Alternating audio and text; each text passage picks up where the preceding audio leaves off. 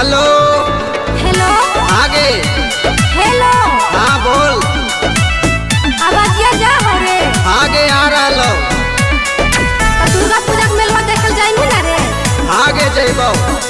सुन हमर बात, एगो बात बोल।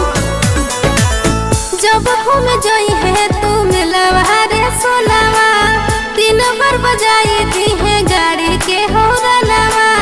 समझ रे? आगे। जब घूम जाई है तू मेलवा रे सोनावा, तीन बार बजाई दी है गाड़ी के हौरनवा। देखते रही है बजतोरी टोनावा।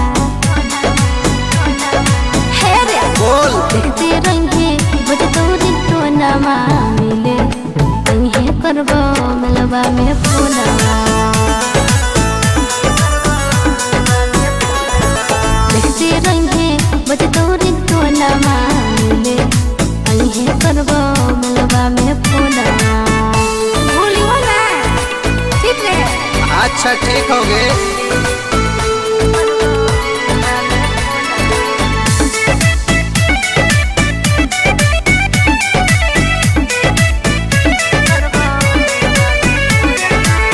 जानू रे मिलन होते हमनी के मेला में, चुपे चोरी जाके खेलू चाट चौमिन ठेला में। अकेले आइए ठीक?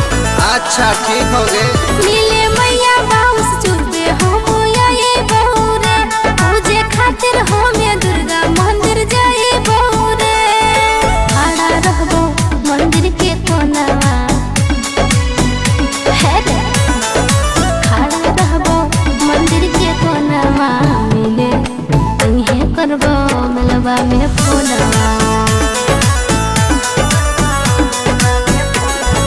देखते रही बजतोरी टोनवा। मिले तुहे करबो मेलवा में फोनवा। मोबाइल साइलेंट में रख ले ठीक, तब थोड़े तो पता चल जेतो। अच्छा ठीक हो। कितना बजे लेने गे?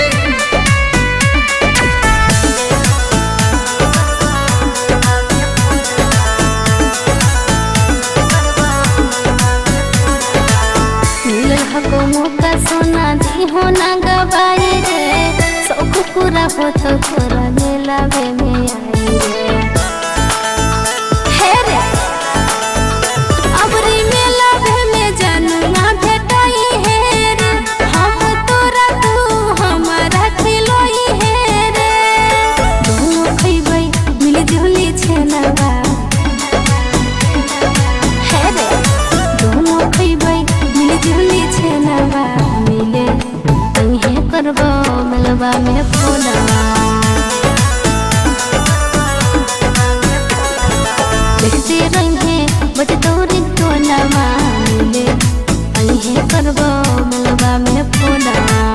आइयो हाल इंतजार करबो।